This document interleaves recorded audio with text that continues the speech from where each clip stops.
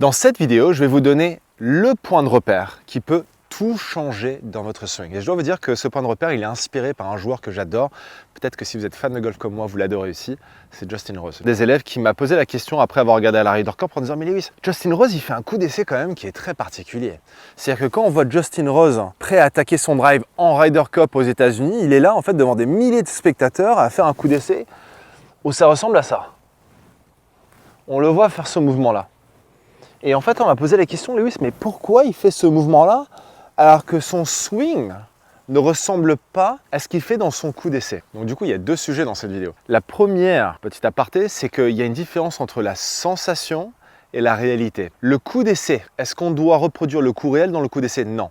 Le coup d'essai, il sert uniquement à reproduire une sensation qu'on recherche, qu'on va ensuite amener avec nous dans le coup réel. Donc Justin Rose, lorsqu'il effectue son fameux coup d'essai qu'il fait depuis des années, où il a cette sensation comme ça de laisser tomber les bras, d'avoir son dos à la cible, ça c'est une sensation qu'il a depuis très longtemps, qu'il amène avec lui quand il est devant la balle. Mais lorsqu'il tape la balle, ça ne ressemble pas du tout à ça.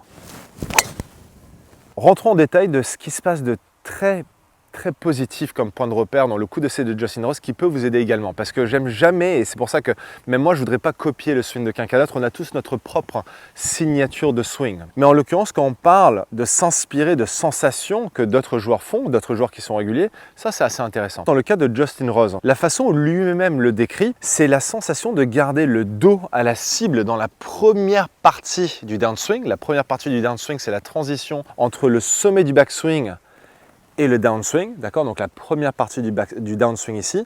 Justin Rose a la sensation de garder son dos à la cible et de laisser tomber les bras, d'accord? Donc on me pose également souvent la question, Lewis, qu'est-ce qui enclenche, qu'est-ce qui démarre le downswing? Et dans la réalité, qu'est-ce qui va démarrer le downswing? Ça va être le bas du corps qui va enclencher le côté ancrage. Ancrage, j'en parle souvent sur la chaîne YouTube, la capacité à pouvoir ancrer le poids du corps correctement dans cette jambe avant, de transférer l'énergie de la jambe arrière dans la jambe avant, ça c'est la réalité. Mais la sensation, comme je vous l'ai dit, est différente de ce qu'on peut voir dans la réalité. Donc la sensation que Justin Rose a dans son coup d'essai, c'est de garder son dos à la cible ici, et de laisser tomber les bras. Et une autre clé que lui-même décrit, c'est d'avoir ce bras gauche qui est vraiment connecté comme ça à sa poitrine.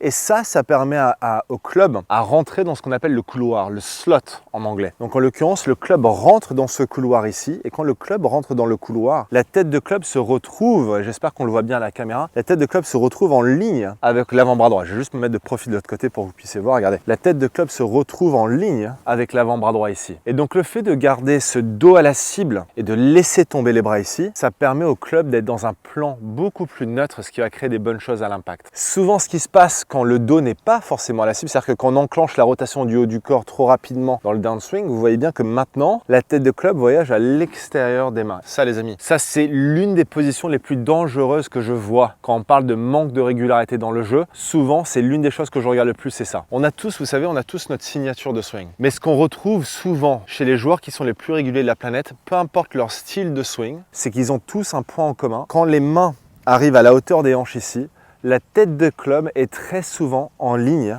avec l'avant-bras droit. Alors il peut être légèrement en arrière ou un peu plus en ligne ici avec parallèle par rapport à la ligne de jeu. Mais souvent ça va se jouer entre là et là. Souvent ça va se jouer. C'est rare de voir un joueur qui a le club derrière le coude et c'est rare, voire quasi jamais, avoir un joueur qui a la tête de club qui est à l'extérieur des mains là. Donc ce qu'on veut, c'est avoir justement cette tête de club qui voyage en ligne avec l'avant-bras droit. D'accord? Cette position clé qu'on recherche peut être facilement trouvée. Juste avant de passer à la deuxième partie de cette vidéo, si aujourd'hui le manque de régularité dans votre jeu est l'élément qui vous cause le plus de frustration, et je comprends tout à fait parce que je suis passé par là, c'est sûrement parce que vous avez une incompréhension de comment le club doit travailler durant le swing. Il y a vraiment 3 étapes clés pour maîtriser le club, pour nous permettre de créer cette régularité. Et ça, je vous l'explique en détail à travers une webconférence qui est complètement gratuite, mais uniquement réservée pour les membres de ma communauté. Tout ce que vous avez besoin de faire pour y participer gratuitement, c'est de cliquer sur le lien qui se trouve juste en dessous de cette vidéo.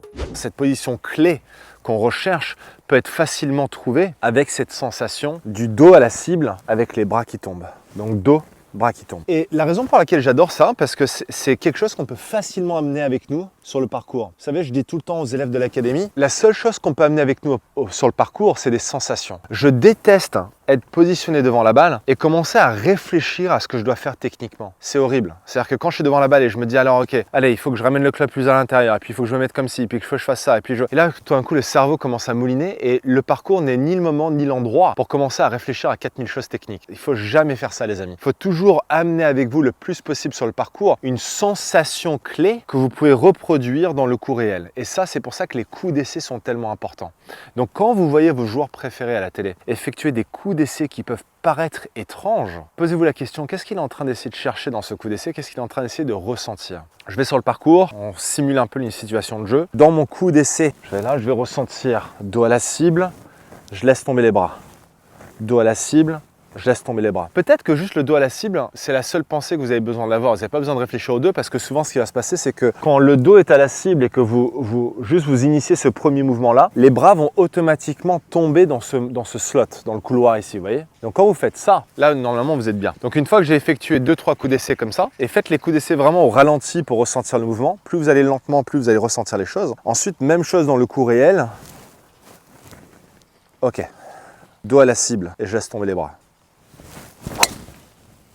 Ça c'est mon petit fade habituel, mais la sensation est très très bonne. Gardez le dos à la cible, laissez tomber les bras, c'est peut-être la sensation clé qui peut tout changer de votre swing.